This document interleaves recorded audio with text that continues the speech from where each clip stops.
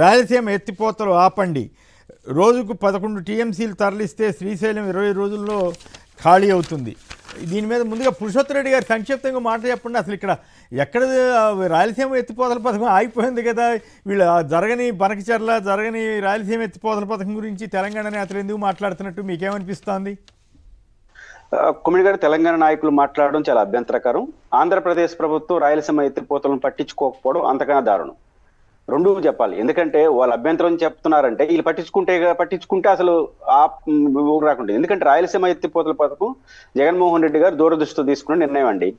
ఎందుకంటే అది అవసరం. ఆగిపోయిందని మీరు అంటున్నారు, ఆగపోకూడదని మేము అంటున్నాం.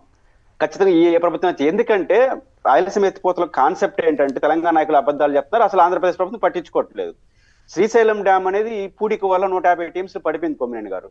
వరద ప్రవాహం బాగుంది, వరద రోజులు తగ్గిపోతా ఉంది.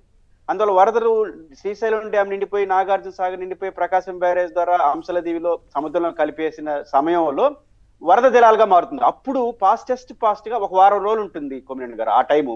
ఆ టైంలో మాక్సిమం నీళ్లు డార్ చేసుకునేసి పోతిరెడ్డిపాడు కింద ఎస్ఆర్బిసి ఇక్కడ తీసుకుంటే ఇబ్బంది ఉండదు. వరద జలాలను ఇప్పుడు గాలేరు నగరి, హంద్రినివా వరద జలాలపై నిర్మిస్తున్నటువంటి ప్రాజెక్టులే కదా. ఆ వరద జలాల కోసం రూపొందించినటువంటి ప్రాజెక్టు ఈ రాయలసీమ ఎత్తిపోతల పథకం. అది అనివార్యం. శ్రీశైలం డ్యామ్ పూడిక వల్ల ఏర్పడుతున్న ప్రత్యేక పరిస్థితిలో జగన్ గారు తీసుకున్నటువంటి దూరదృష్టి నిర్ణయం. ఇప్పుడు 7,000 కోట్లు అవుతుంది కొమ్మినేని. ఆల్రెడీ 2,000 కోట్లు పెట్టేసినారు. ఇంకో 5,000 కోట్లు పెడితే వరదలు వచ్చినప్పుడు 100 టీఎంసీలు తీసుకునే వెసులుబాటు కోసం మనం ప్రయత్నించాం. కానీ 1,00,000 కోట్లతో గోదావరి నుంచి బనకచర్ల నీళ్ళు తీసుకొస్తారు. అది 5,000 కోట్లతో మరి చెయ్యరు. కాబట్టి ఇది అనివార్యం. ముచ్చిమర్రి కావచ్చు, లిఫ్ట్ కావచ్చు, ఇవన్నీ అనివార్యమైన పరిస్థితి తీసుకొచ్చారు. ఇది తెలంగాణ వాళ్ళు అనవసరమైన అభ్యంతరం పెడుతున్నారు. వాళ్ళు సక్సెస్ కారు. ఎప్పుడు సక్సెస్ కారు? మనం గట్టిగా ప్రయత్నిస్తే సక్సెస్ కారు. మనం అసలు వదిలేసినాము, ఇది సరైనది కాదు. ఖచ్చితంగా వాళ్ళ అభ్యంతరాలు అర్ధరహితం. వాళ్ళు మాత్రం రంగారెడ్డి ఎత్తిపోతల పథకానికి దిండికి మాత్రం 800 అడుగుల నుంచి లిఫ్ట్ చేసుకోవచ్చా? ఎల్ఎల్బిసి నుంచి మనం మాత్రం లిఫ్ట్ చేసుకోవడానికి లేదా?